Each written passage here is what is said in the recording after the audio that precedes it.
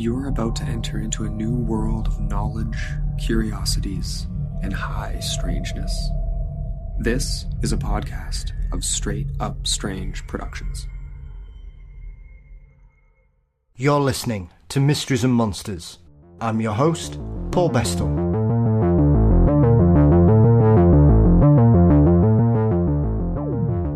On today's show, I am delighted to welcome back author, witch and priestess Lisa McSherry as she discusses her latest book, A Traveller's Guide to Making Magic. In A Traveller's Guide to Making Magic, Lisa provides templates and examples for practicing in a broad range of locations and circumstances. Pagans and witches alike will find utility in this book, making a worthy addition to their travelling suitcase. Lisa discusses the ways that we can use the world around us wherever we may find ourselves to continue to practice as and when we feel like. But before we join Lisa, don't forget you can support Mysteries and Monsters by signing up at patreon.com/Mysteries and Monsters.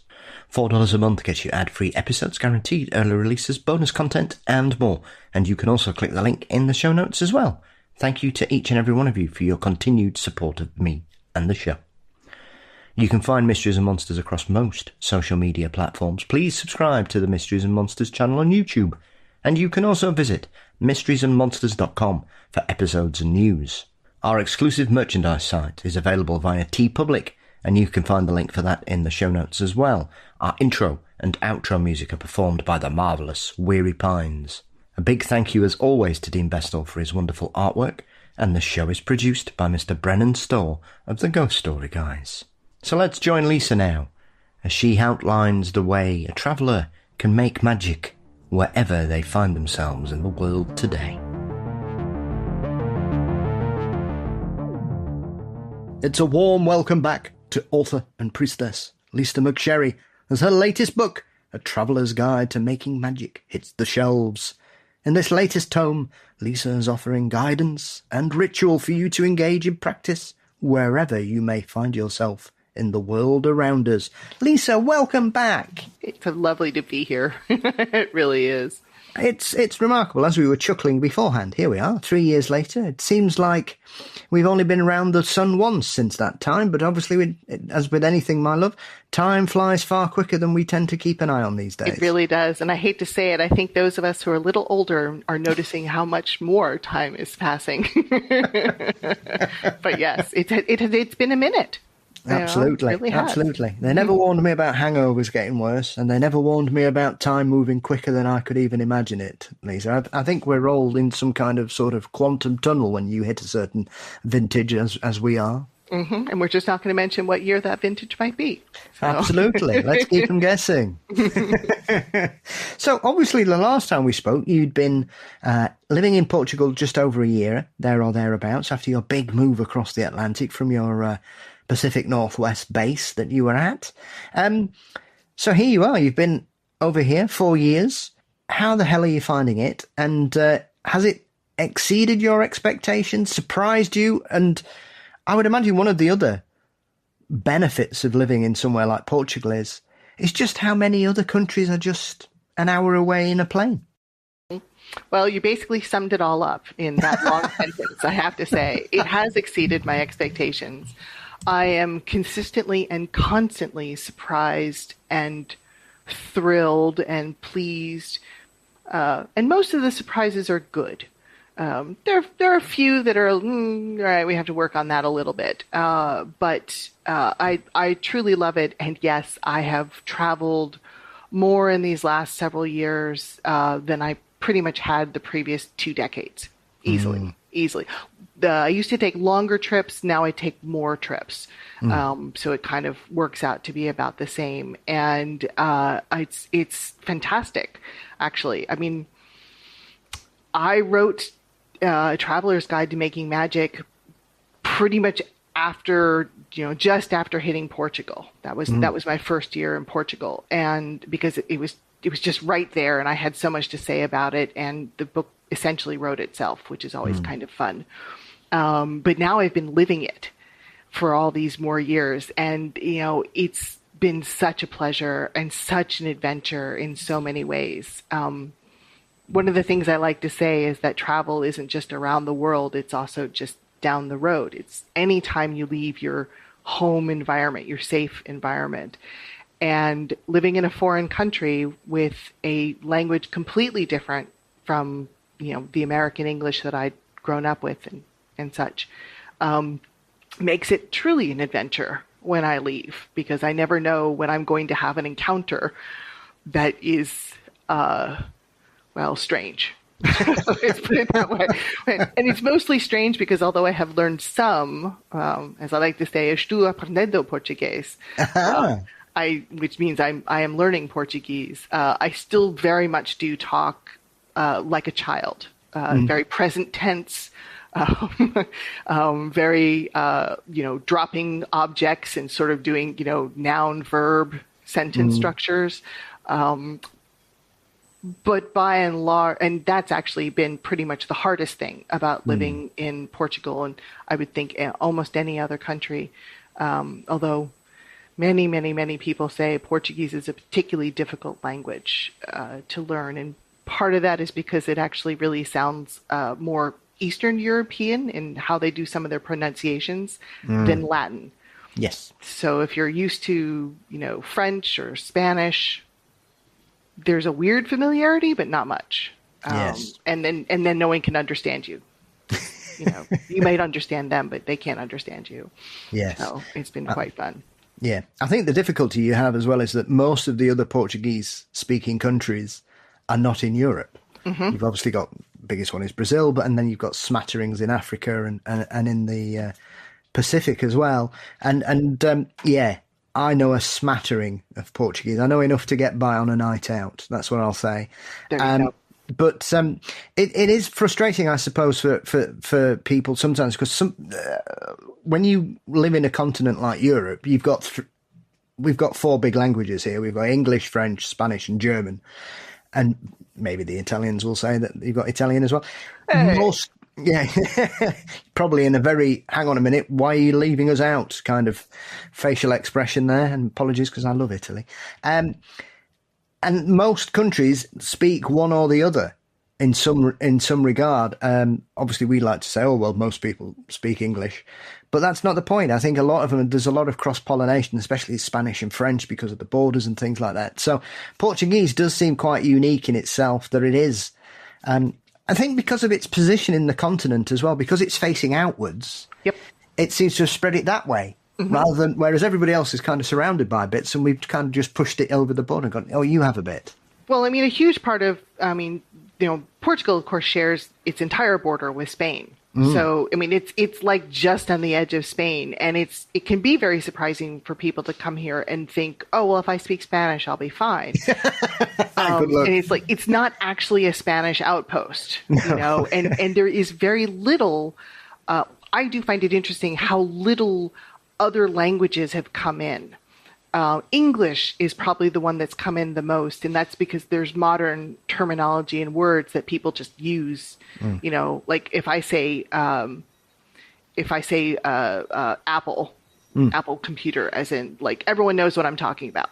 Like I don't have to translate that, into some other different thing.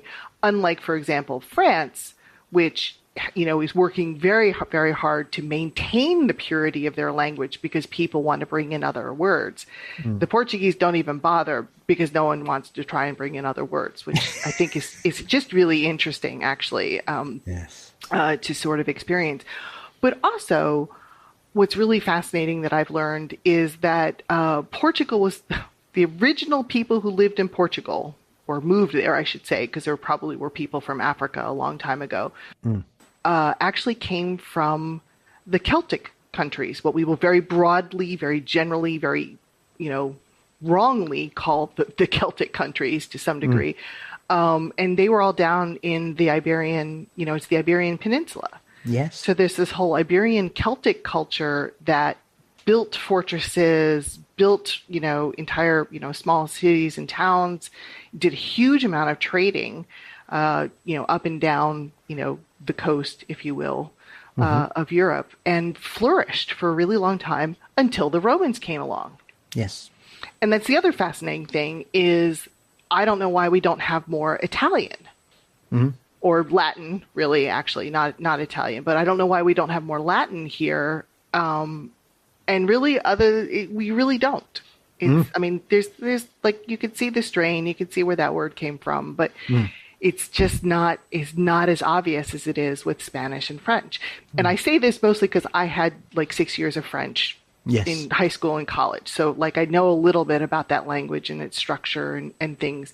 And just as a point of fact, if you're visiting Portugal and you want to talk to somebody and you don't have Portuguese, don't choose Spanish, choose French. Yes. Because the older people consider the French friends and don't necessarily consider the Spanish friends.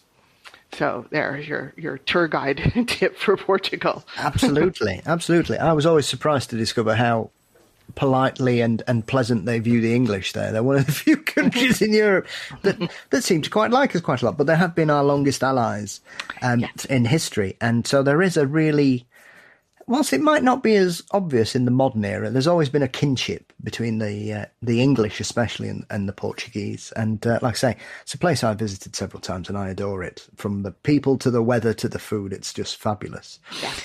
But I suppose one of the biggest challenges, Lisa, when we look at the wheelhouse that you have inhabited in your career over the last 30 or 40 years, since you opened your mind and your life to the world of paganism and witchcraft and magic, is that I suppose it's a bit of a culture shock when you leave one continent to travel to another, essentially coming with foreign practices to a country. What was the challenges in regards to locating like-minded folk or coming to terms with the environment you now found yourself practicing in compared to where you'd spent most of your life up until that point?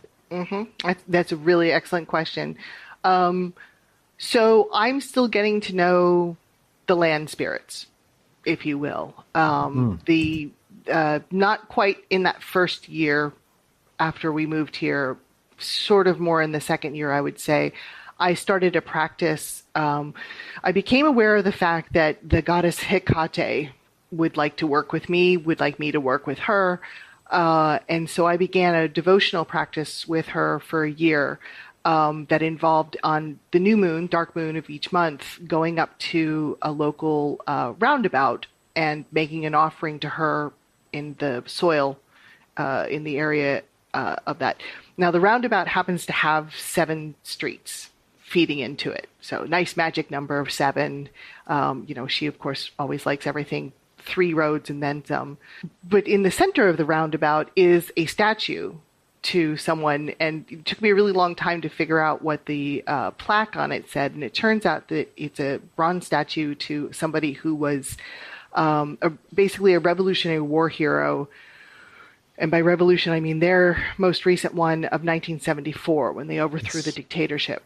And I thought about it for a little while of like, well, this is a perfect site, but there's already, sort of not a devotion exactly, but there's, a thing going on with a local. And what came to me was that she was pleased to be meeting a local who had done something so important and so profoundly useful for the people of the land. And so I kind of got the vibe that it was okay. I certainly never got a vibe from the land that I shouldn't do that they didn't want that. I'm also very fortunate that I have outside my apartment building, there is a lovely old rosemary bush, and which is an ancient practice of plant rosemary by your front door to keep the evil spirits away. And I had one back in the Pacific Northwest. So seeing one where I've moved into here was like seeing an old friend in a certain kind of way. So I've made friends with the rosemary bush, as much as one does. I'm not a really good speaking with, spirits kind of person. But I'm still getting to know the land. It's a very old land. It's a very, very old land. I am very new. I am very young. I am very brash. I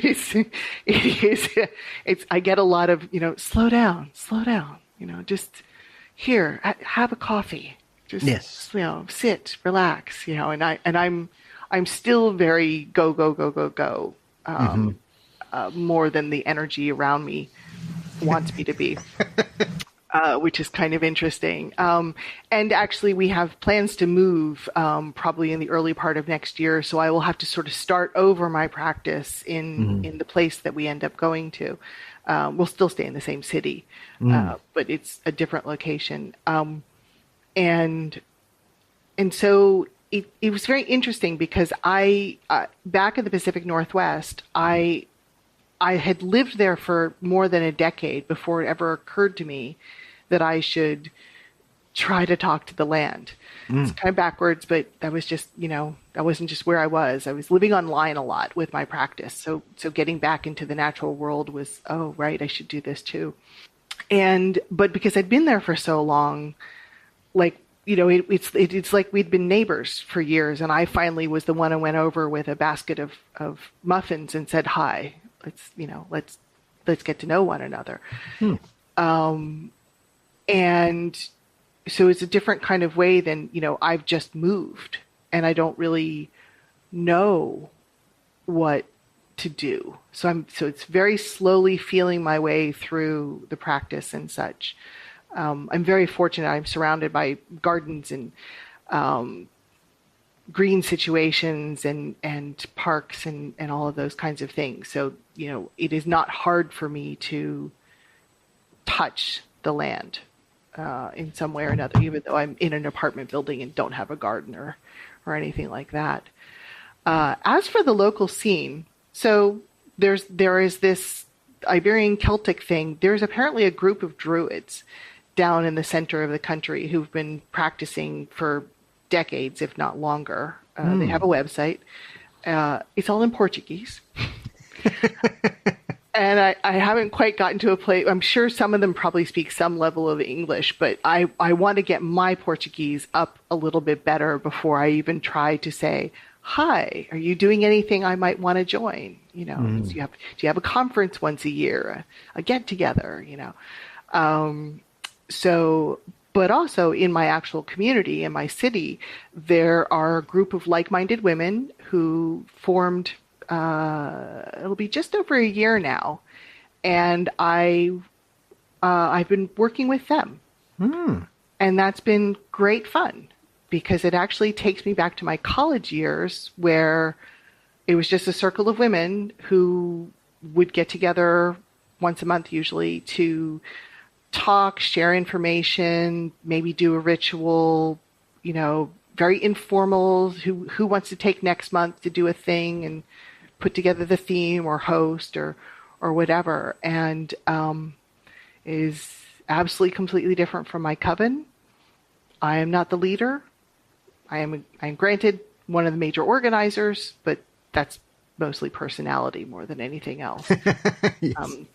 And I can't really step away from that very easily. And so I have begun to actually have very different practices in my new life, and I'm enjoying the movement into those things. I mean, if we never want to stop learning. We never want to stop learning new things and trying new things and therefore growing. Like, Lord, please, all those beings out there, just take me on my deathbed when that happens, when I choose not to learn. That's not a good place to be. No. I suppose as well, it's an interesting conundrum because Portugal, as you referred to earlier, is one of the three main Catholic countries in Europe. But the Portuguese seem to have a very quiet Catholicism in comparison to the other two, in my personal experience, having visited all three many times, though none of them tend to be overtly religious, other than perhaps ceremonies, as someone that's visited the Sistine Chapel and the Vatican, and learnt a lot about Catholicism in modern Italy in comparison to what we're told it's really like here in England, Lisa. I suppose it's different, I suppose, that for a lot of people out from North America and Europe in particular as well, it is quite striking how Portugal is very different, even though it considers itself to be a Catholic stronghold. It is very different. It's very, as you were referring to about your personality and your go, go, go. It won't take you much longer till you get the Mediterranean easy takes over, and everything. Things will get done when they get done. Things Lisa. will get done when they get done. Oh, absolutely, absolutely. And you're absolutely right. I was actually slightly worried about moving to such an intensely Catholic country. And the city I live in is actually known as the City of Cathedrals. We have something like 100 churches in a fairly small period of land. And I really was, coming from North America where, religion, even when I left, was divisive, and it's only gotten worse. And that's all we're going to say about that. And I was raised Catholic. So I knew what I was getting myself into potentially. I knew that I was potentially moving into an environment where I was never going to talk about my spiritual side, where I would be social with people and then keep something very hidden and very private. And what I find is that they are socially Catholic, they are religiously Catholic, they are not secularly Catholic. In fact, abortion has been legal in Portugal since 1974, since the dictatorship was overthrown. Their constitution is a model of human rights. I mean, they guarantee things that, and then they make decisions based on that. And in fact, when potential laws are being debated, in their parliament and such, there is a process by which it is reviewed constitutionally before it goes to the president, which is where the final signature happens. So, I mean, their parliament can pass a law, but the president gets to say, no, that's constitutionally illegal. I'm not going to approve that. They don't go backwards. They don't enact the law and then, their Supreme Court has to figure it out. No. And fascinatingly, I just recently learned 2 people who are on the body of judiciary people who, interpret that law, were actually co-writers of the Constitution from 1974.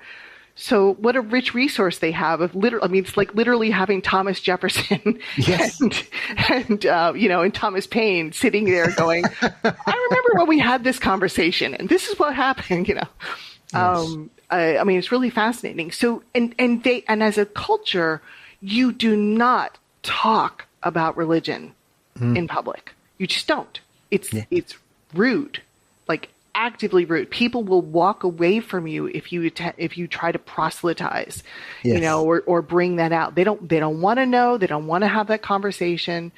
It's perfectly fine to say something like, I went to church on Sunday. Or, whatever, that's everyday stuff. Sure. Go ahead.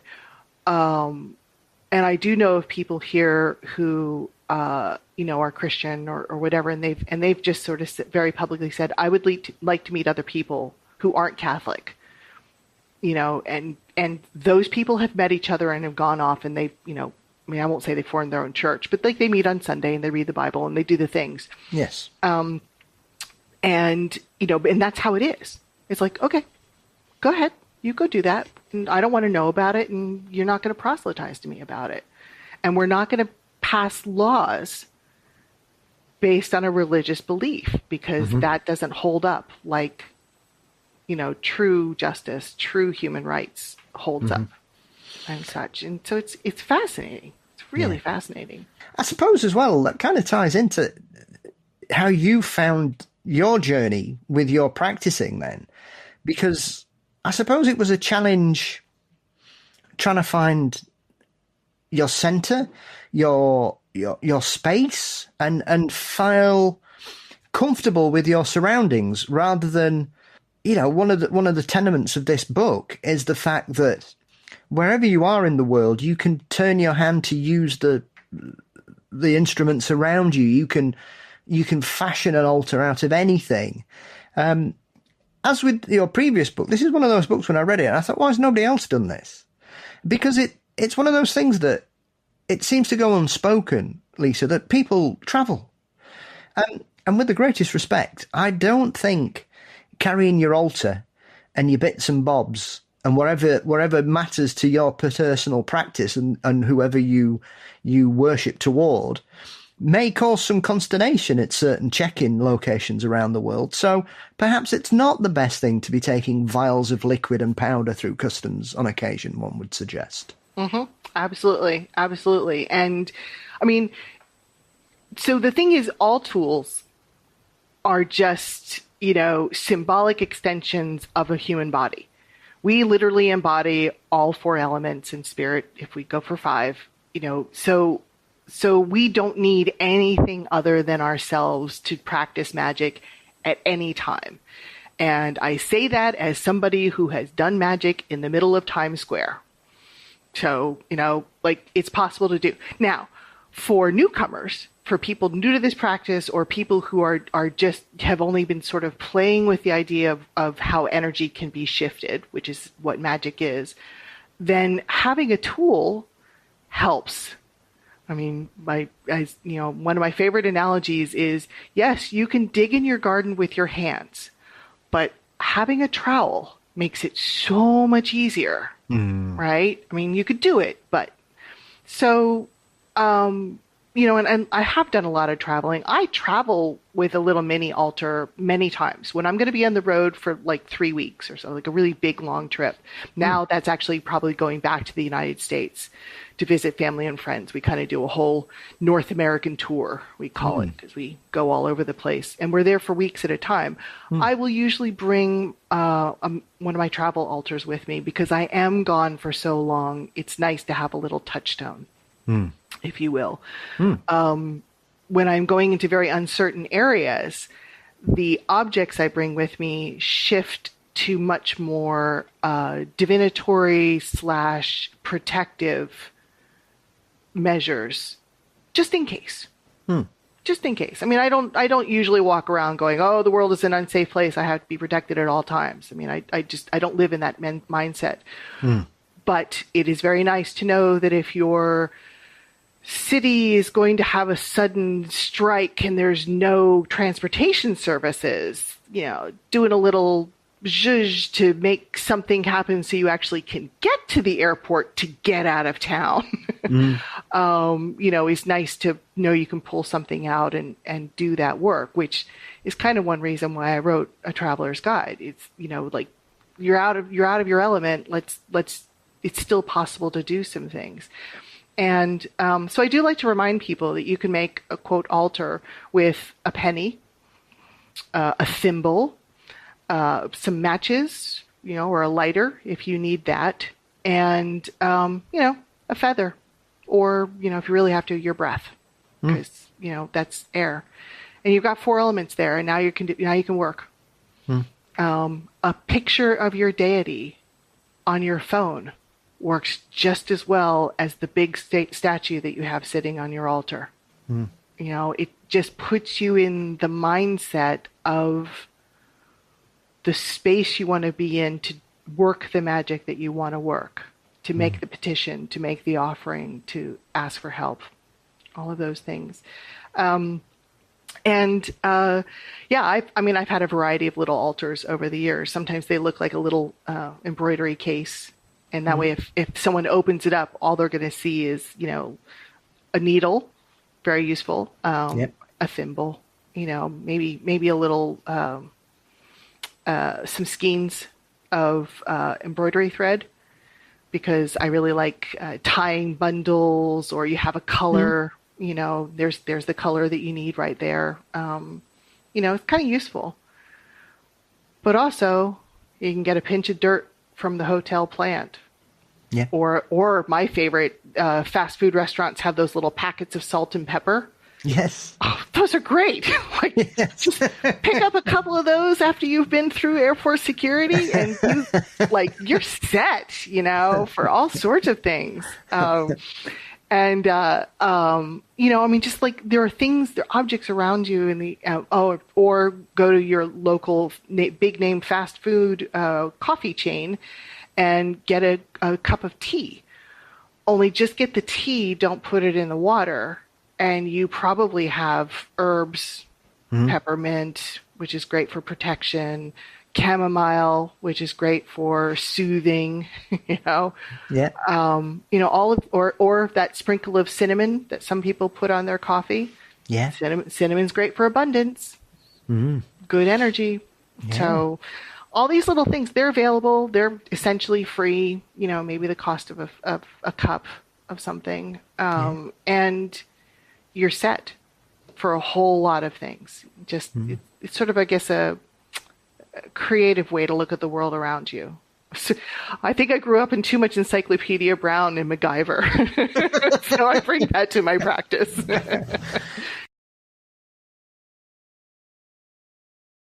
But I think one of the key things is it, as we've spoken previously, is simplifying this, because I think one of the biggest issues a lot of newcomers to Wicca or paganism find, as we spoke about last time, was gatekeeping and things like that. And in your last book and also in this book, there is a constant theme of reducing things to its most simple form.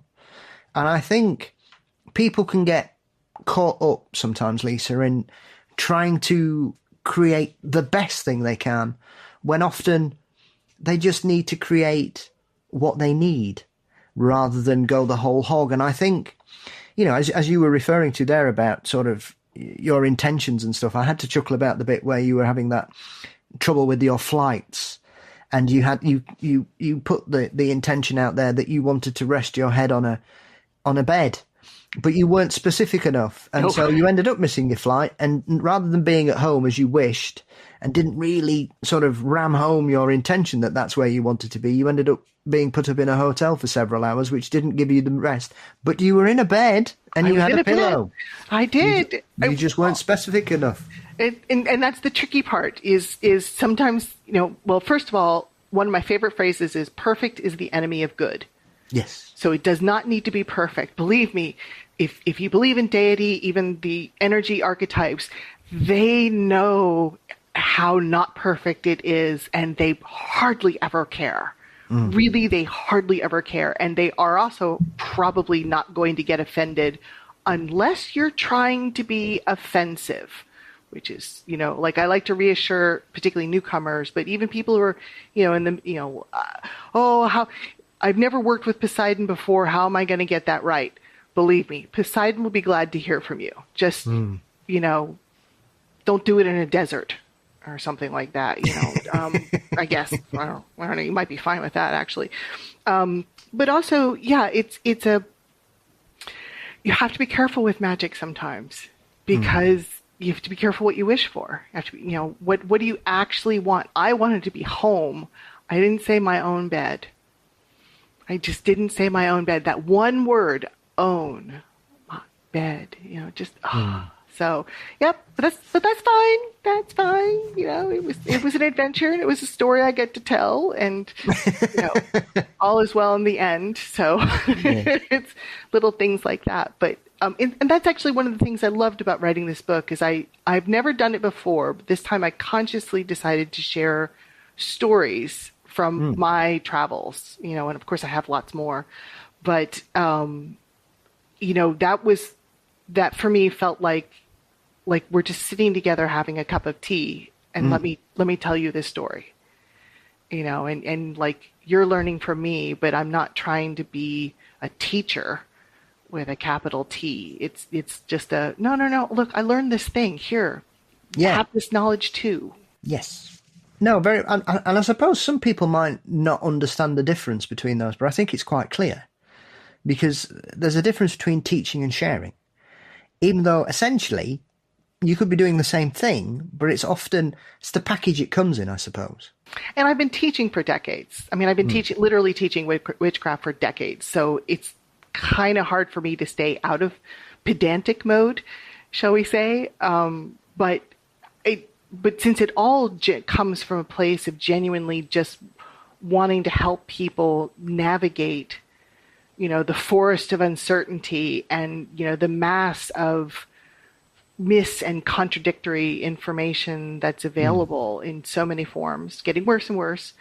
It's just like, no, there are some good voices out there There are people, like lighthouses on the shore. They follow those beacons, and you will have your own adventures. You will make your own mistakes, but you're not going to actually run up on the shore and capsize. You'll just, you're still a storm or whatever. Let's see how far I could take this metaphor. Let's stop there. There's an interesting aspect in the book where you talk about this. The modern perception is anything goes in Wicca.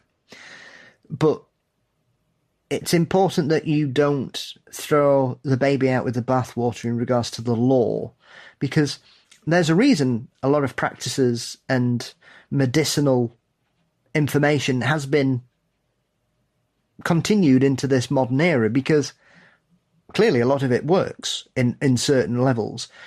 Do you think sometimes people coming to this go into it a bit gung-ho, a bit rock and roll, Lisa, and they go, as with music, everything that's come before is rubbish. It's old people's music, and we're the new thing, and this is how we're going to do it. And yes, it might look a bit like that, but it's completely different, honestly, where essentially you can try and be too new. Yeah, I think as with any, how do I want to put this? Yes, fundamentally, I think so. And it's because there's the glamorous side of it. Okay. I mean, and also I think people, all right. A lot of elders will say, essentially the kids today don't actually want to learn. And I don't think that's true. I think that a lot of people, newcomers, come to witchcraft, paganism, fill in the blank, interested, and also probably with a sense of, so I can change my life, and then the first time they do magic, they work some energy, they ask the cards for an answer, and then they get it. It's like, oh, this is real. And that can be very seductive. I don't care how old you are. It's not kids today is not an age thing. It's a newcomer sort of thing. Yeah. And you can want to, it's always been seductive to want to bypass the work. And, there are plenty of people who are like, read this book and go ahead and initiate yourself and you will be the best magic worker in the world. Plenty of people sell that. I mean, I've read those books. I read a lot of them for my review site. And very few of them are actually saying you'll never have to do any work again. But it's implied in how the book is structured. It's like you could do this and you certainly will not necessarily be a beginner again. But until you've done the practice and, until you have done the work, there's a whole other dimension that is missing. And if you never know that that's there, if you never sense that deeper mystery, that one step further, why go further? It's fine. It's shiny. It's beautiful. It's, there's more and more things being sold to you in the practice every day. Sure. If that makes you happy, that makes you happy. Plenty of people are perfectly happy and feel perfectly religious going to church twice a year. Okay. Some people go every week.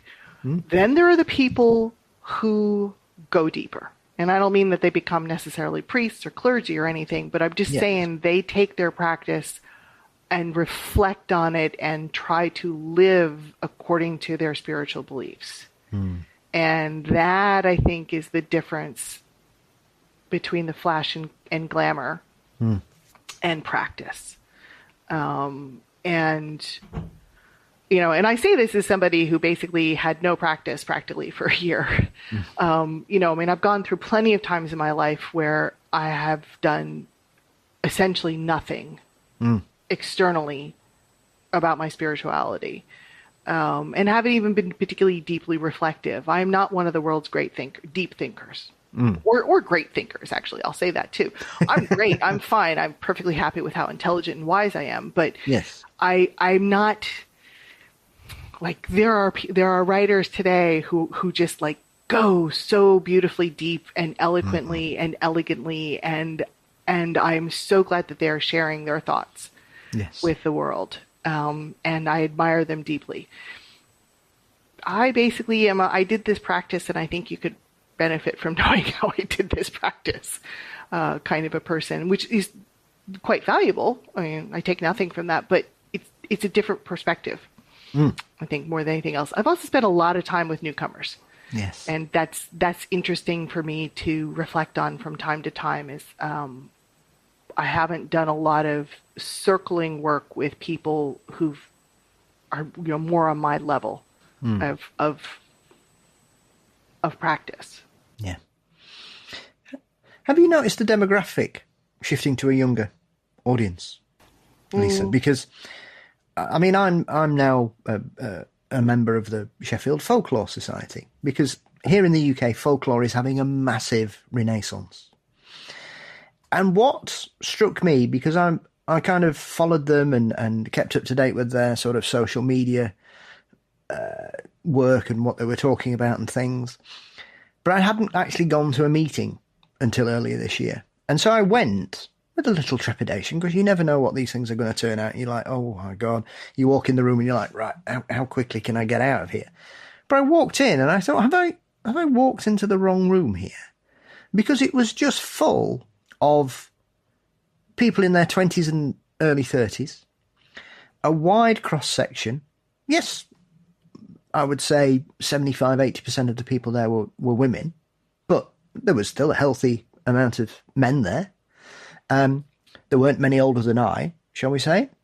But I was blown away of the interest that the generation before us seemed to have really grasped this nettle. And they were all coming at it. And this was the thing that I heard several of them say, that they were all coming at it from different angles. Some were Wicca, some were paganisms, some were atheists. They just liked the story. Some people were like me, who just like a bit of everything. Some people were just interested to see what was happening. And some people had turned away from organised religion because they found it too constraining and not relevant to how they viewed their place in the world and the environment around them, I suspect, Lisa.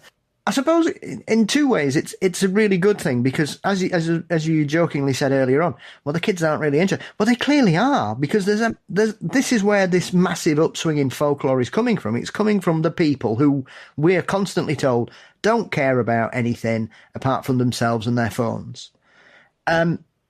My experience and what I've seen, that's absolute nonsense. If anything, I think it's the kids who are probably still at school who are still tied to their technology, maybe into university. From this point on, everybody's kind of wanting to step back to how we kind of grew up in the 80s and 90s, where we weren't one click away from the answers to the universe, it would seem.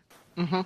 I completely agree, actually. I think there was a sort of a shallow point in interest for perhaps the generation, say perhaps between you and I, and then the people you saw mostly at the 20s people. I think they are the ones who have been pretty not interested on a certain level. But I agree with you. I do think the younger crowd are much more interested and are looking at a world where so many things are in upheaval.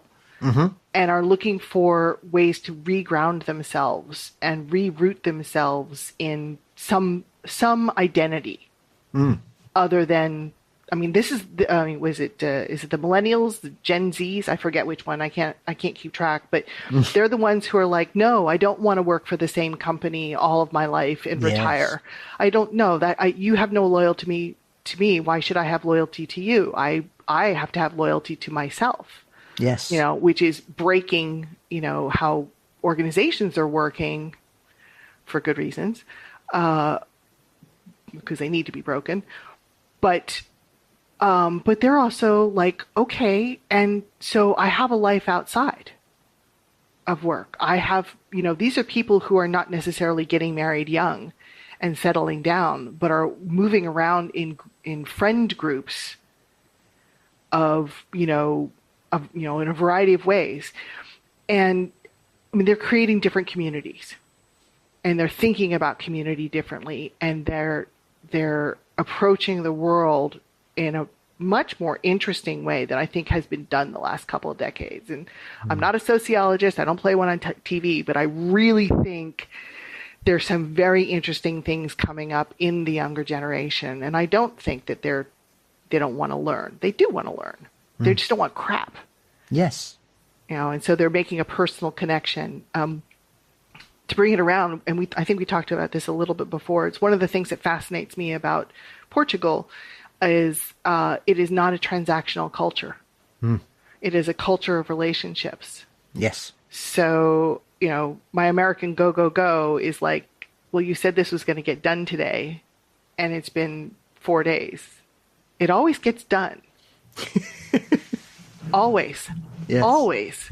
But there could be a long radio silence in between when you were told it was going to get done and when it actually gets done, Yes. and it's never for anything vital. But it's like, but you said, but you said, just don't tell me, don't give me an expectation. Yes, exactly. So yeah, anyway, but yes, but it's fascinating. I think different groups, younger groups are moving away from transactional relationships a little bit. And I have deep hope for what they're going to be bringing into the world as they move into the world. I suppose one of the other challenges as well is if you work with animals or animal deities, people will say, well, most places we've got the same animals. But I would imagine when you move from one continent to the other, Lisa, you're not going to see. I mean, I find it very hard to believe you've seen any bears since you've been in Portugal. No. No bears. Cougars or anything like that. But you've got a whole new realm of wonderful animals. Would you say that's quite a challenge if your practice is built in the environment you've known, and then you go somewhere where those creatures aren't there? So if you are someone who has a bear deity or a mountain lion deity, for example, you're going to be struggling. I mean, obviously bears are quite common in Europe, but certainly not in the extent as perhaps they would be in the Pacific Northwest or Canada or Alaska or somewhere, or certain parts of the southern states in the US. Whereas obviously Eastern Europe is a bear hotspot. I mean, it made headline news the other year that a bear was seen, a wolf was seen in Holland for the first time in 107 years because every country in Europe has protected them. And so they have essentially returned to every country in mainland Europe now, apart from the United Kingdom, because obviously we've got the channel. Right. Yeah. But they're not going to swim the water. Yeah. Well, you never know. No. Stranger things have happened. True. They're in Portugal, actually. Exactly. That made the news not too long ago. Yeah. I absolutely agree with you. I mean, where I used to live in the Pacific Northwest, we had bald eagles nesting in the lake behind our house. We had red hawks literally everywhere in the area. Rabbits and all the, usual field animals kinds of a thing. We also had a pack of coyotes living in the green space. I mean, like not even an acre away from where I lived, there was a pack of coyotes, which is probably about as wild as I've ever gotten in my life. I am a city girl. And so that was rural for me. But I did enjoy, and I have long had a relationship with hawk. Specifically the red-tailed hawk, which is the one we had in the neighborhood. And there was also these beautiful egrets that lived nearby. And for a period of time, I worked with egret. Here, it is a very different ecosystem. The most common creature I see is actually they call them pigeons here, but they are nothing like the pigeons we had in America. I think of them more as wood doves because they make that very distinctive cuckoo, cuckoo sound that doves do. And then also seagulls. Yes. Where I am in particular, there's this huge river that comes right up to the city, and apparently the seagulls fly up from the sea. And so it's the most magical thing in the world to be. I read outside at night. Thank goodness for the backlit of my ebook reader.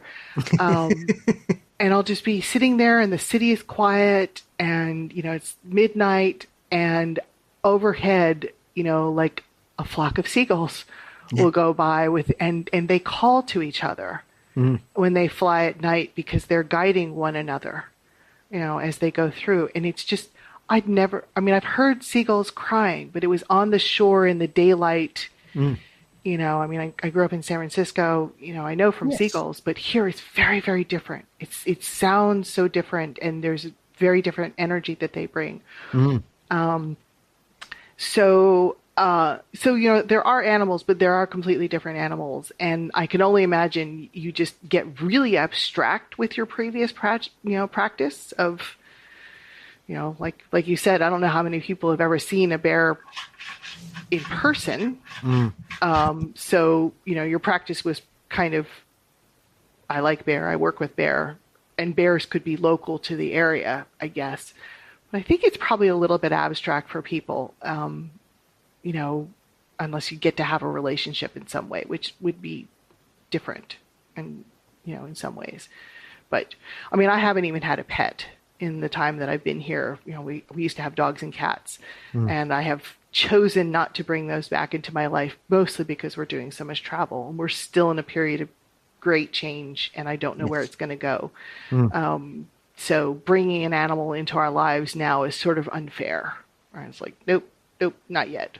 Eventually, I'll retire for real, and I'll want a pet.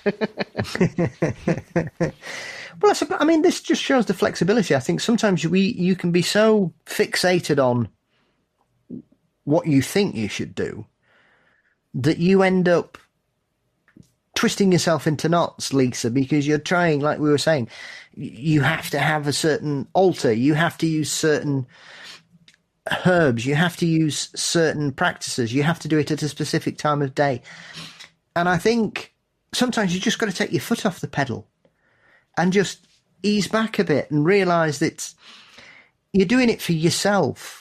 And I think sometimes you can get caught up in the performance, especially when it comes to Wicca. And sometimes, like you say, if you follow the wrong path or you read the wrong book or you see the wrong tutorial or whatever, you think you have to do, get your gowns on and everything going and your altar and everything steaming and there's essence flying around the room and all sorts. Whereas essentially what you have to remember is you're the center of it. It's for your benefit.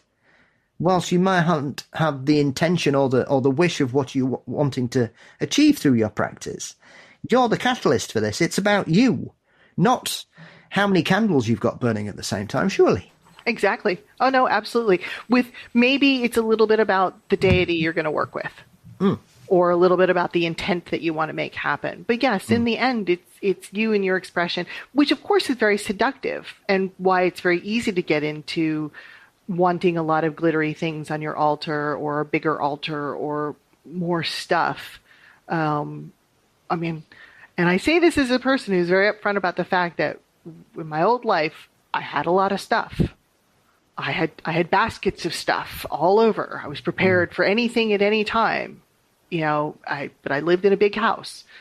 And that's probably, I think, one of the most unlooked for gifts that moving here has given to me is I didn't realize how much stuff I had until I had to get rid of it. And then now in my new life where I can acquire more stuff, I have been very careful about what comes back into my life. I used to have more than 2,000 books. Listeners, you can't see this, but Paul can see my bookshelf behind me. Yes. And it's basically 2 shelves, and that's it. I pared all of those physical books down to these 2 shelves, one of which is all my books.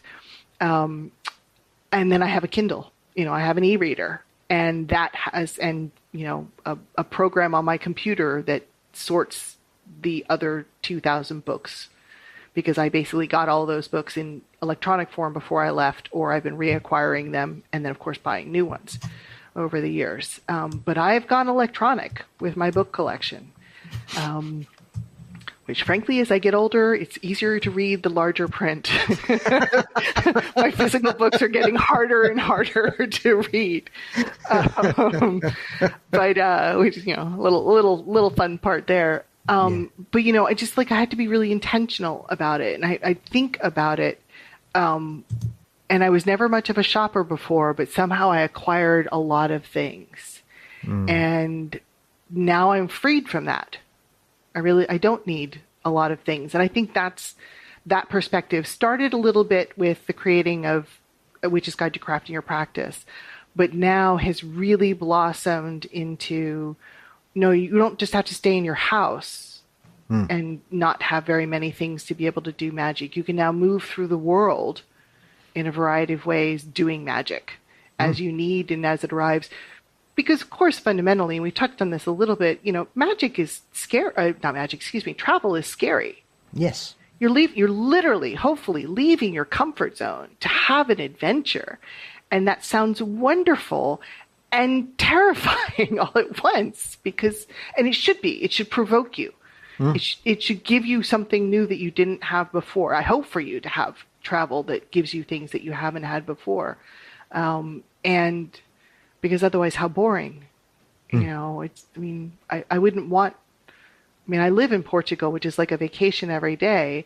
I wouldn't want to travel to some place that looked and felt like Portugal every day. I don't. I would just travel around Portugal and have different experiences. Yeah. But it's scary out there. But it doesn't have to be. No. I think the last aspect I want to touch on before I let you leave, Lisa, is obviously I'm often challenged sometimes when I talk about some of my travels around the world and the places I've been, as I mentioned earlier. I've been to the Vatican. I've been to the Sistine Chapel. I'm not religious in the slightest. However, I love history. I love architecture. I love special places. And obviously there's a section in the book where you talk about sacred places around the world. Obviously you live in Portugal. One of the most famous locations in the whole of the Catholic Church is Fatima, primarily. And also, depending on who you speak to, some people say what happened at Fatima was the vision of God. Other people claim it was a UFO.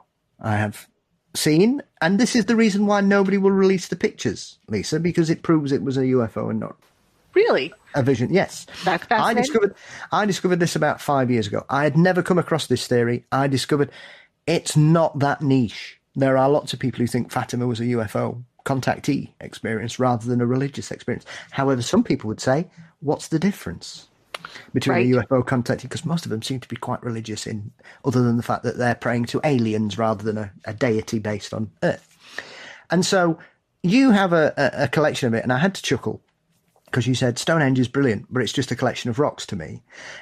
I've had that feeling in certain places where I've not felt anything, or I've felt it's been a bit gaudy and a bit... And I've been to other places that have completely moved me in a way that I never would have imagined in the slightest. I went to Castlerig, which is a stone circle up in Cumbria. And we went, and it was an awful morning, even though it was summer. And so it was misty, it was wet. But the position of the rocks and where we were, I could understand why 5,000 years ago somebody would think that they could touch heaven if they put their hand up into the sky, because the clouds were so low. And the way the topography of the mountains around us, you felt like you were in a cradle. You felt like you were being elevated towards heaven. I can understand that.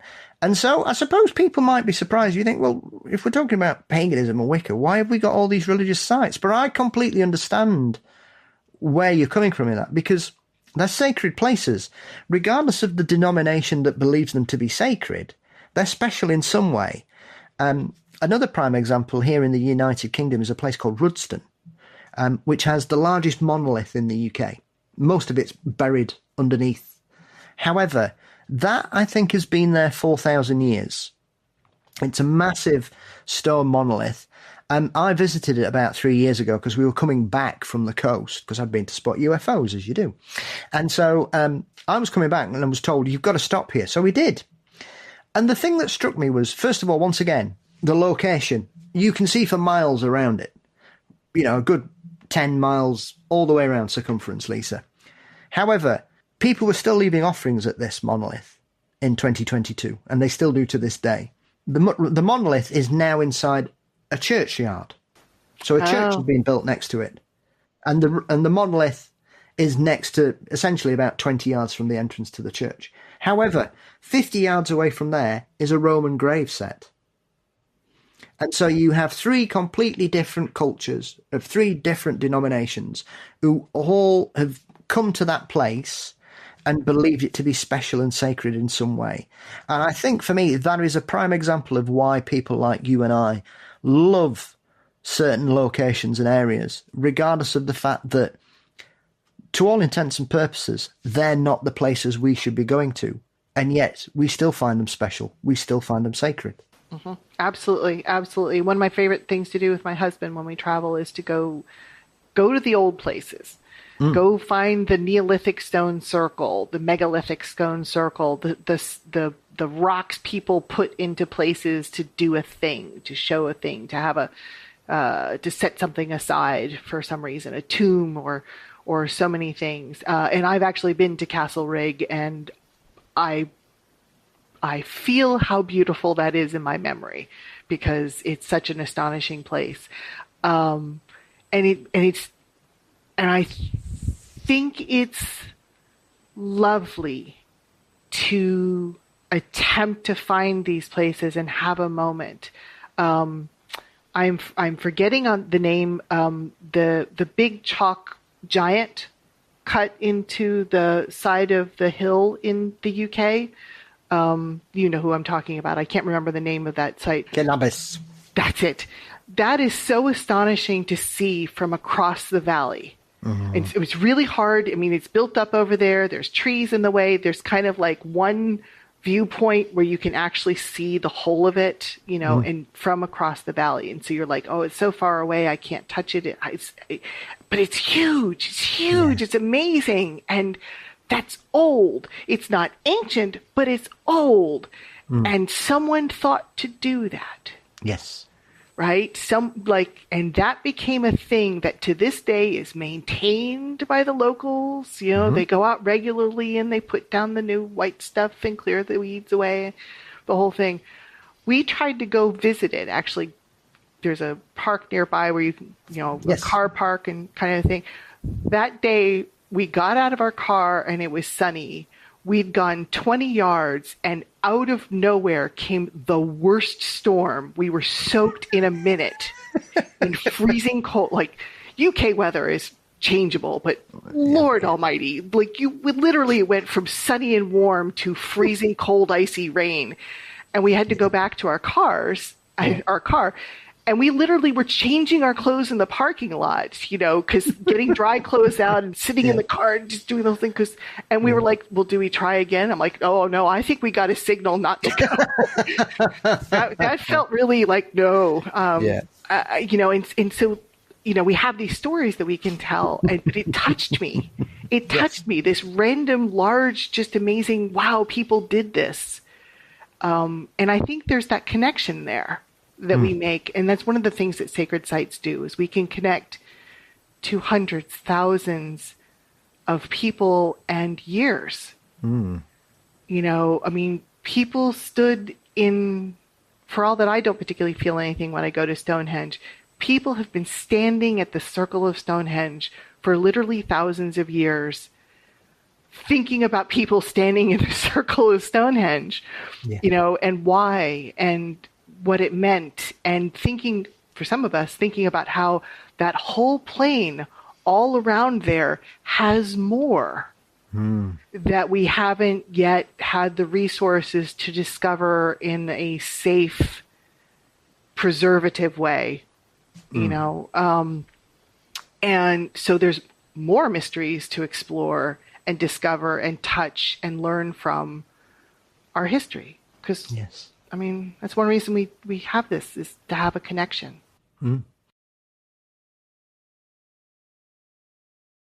And you only have to look, like you say. I mean, in the book, you list quite a few notable sites. And I think this is the thing that's always struck me about these places, is I always say to myself, why? Why was this place special? and some people say, well, you look at places like Machu Picchu and things like that, and you can kind of understand the position of where it is and the vistas, and the elevation is a safety issue as well as anything else in those days, especially if they were trying to get away from the conquistadors or some other tribal nation that was probably on the foot at the time. And so that is one of the aspects. Wherever I go, I always, especially if I go abroad, I always like to try and find places. I used to go to Kefalonia quite regularly, which is one of the Greek islands, which is paradise, in my opinion. And I was really excited when I got there because they've got loads of Mycenaean tombs. Oh, yeah.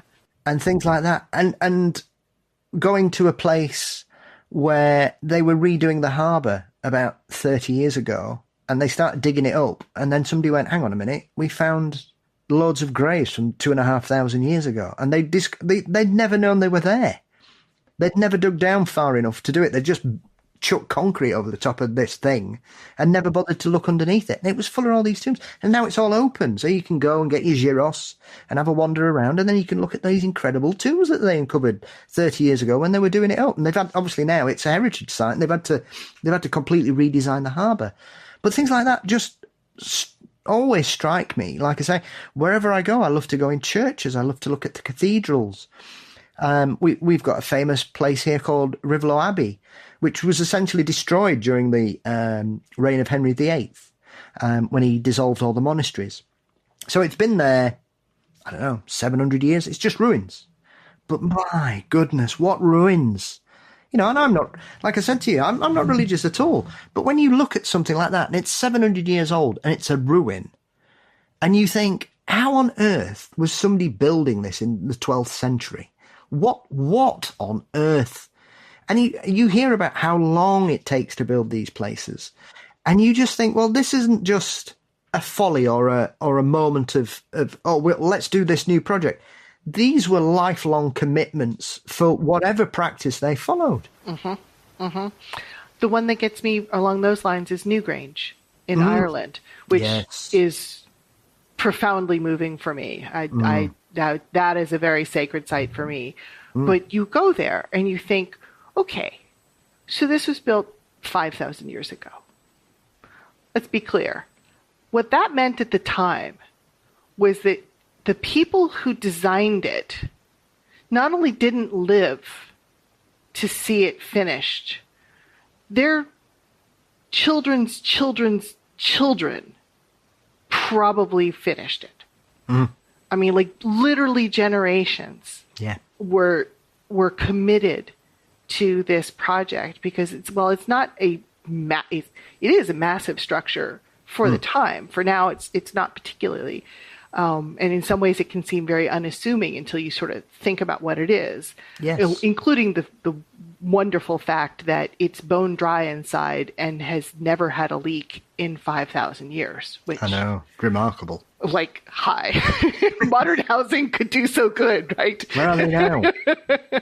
I mean, of course, we'd all have to live essentially underground, but you know, it's. I mean, you know, the mathematics involved and the fact that the stone is not local stone. It didn't come from that far away, but nonetheless, it didn't come from nearby. You know, I mean, there was basically a town there that did nothing other than build this structure so that future generations could do whatever they did there. I mean, most likely what they do now, which is sort of a ritual on solstice. Yes. But just step there and feel that moment, that history, and be. Is there anything any of us undertake that are literally lifetimes of work? I mean, this is when, you know, we go so fast. Yes. We go so fast, and we live twice as long as they do, and we still don't take on long-term projects generally. Yeah. You know, it's interesting. Well, and anybody that does is often seen as an outlier or a freak, someone who doesn't fit in modern society. You only have to look at the crystal castles in America, and the legends that still survive that. You know, he wasn't levitating giant pieces of crystal around his garden, but once again, a very clever man who had an excellent understanding of physics and knew exactly how to do what he did. And when you look at that, you think, how, as we often, as the old way used to be, we would look at these cultures from 4,000-5,000 years ago, and we would think, oh, well, these people were all stupid. They all, they didn't know what they were doing. They had no technology. Mm-hmm. Yeah, exactly. And yet here we are, and you look at some of the sites that we keep finding around the world. It just completely turns that argument on its head. And you look at the Nazca lines in Peru. These people were apparently idiots, and yet they were able to create these enormous images, precise. With precision. I mean, it's not like they were just, drawing randomly and it came out. No. This is like crop circle level of precision, of arc and durability. Yeah. And no, I know. It's astonishing. It's mysteries. It's the mysteries with the small m rather than big. Absolutely. And the fact that these people were able to understand the ecological power of the area, because I was watching a program about this. It gets less than 1 centimetre of rain a year there. And that's why they're still there. Yep. Total preservation. Yeah. Also, the topsoil, if you drag it deep enough, it's a different colour. And that's why it's stored. But if you create a depth long enough, then the dust doesn't collect in it. It goes over it. And so these people knew this. Oh, that's new. Yeah. Oh. I love stuff like that. I know. But the world is full of it. Absolutely. Absolutely. There's magic around every corner if you're just prepared to open your eyes. Well, Lisa, as always, it's a pleasure. I hope it's not 3 years till we speak next time. And I'm sure we can rustle something else up in between. Where can everybody follow your work, get a copy of your latest book, which is being released in the UK in October, but I know is available in other markets at different dates, and follow you online and get your previous work as well, my love? You can always find me on my website, which is the very easy to remember, lisamcsherry.com. And I have a newsletter there where I write something every month with fresh content that's not found on my social media. I also have a blog there, also with fresh content. I try to keep all my different avenues fresh. I hardly ever overlap, except, of course, when I'm crowing about the fact that I've just released a book or something. And so you should. Yes. And my book just released actually on Tuesday in the United States. About a month later, in mid-October out in the UK, which means I finally get to see it. It's not true. My publisher actually got me a copy my last visit in the States. Otherwise, I'm actually speaking at the Ancestral Pathways Conference, which is an online event with a mix of pre-recorded and live conversations with a variety of people, most of whom are much more interesting than I am. That is going to be the weekend of October 31st through November 2nd. And I highly recommend everyone check that out. My particular talk during that conference is on dark moon magic, working with the dark moon. It's a little bit different. And otherwise, that's probably the best way to find me. That you can find me on social media at Lisa McSherry-author. I'm on Blue Sky under my name. It's not really too hard to find me, actually. I've been online for a really long time, so I'm kind of just out there. And otherwise, I love to hear from people. So, and hearing people find my books in the wild is always fun. Lovely. Yeah. Lovely. I shall put links as always to everything in the show notes. And I will say once again, thank you for your time. Thank you for your conversation. Thank you for another book of positivity and simple magic for all. And I wish you the very best and continue loving and living in Europe. I hope it continues to treat you as well as it seems to have. Thank you so very much, Paul. You're very kind, and it's been absolute pleasure to talk with you.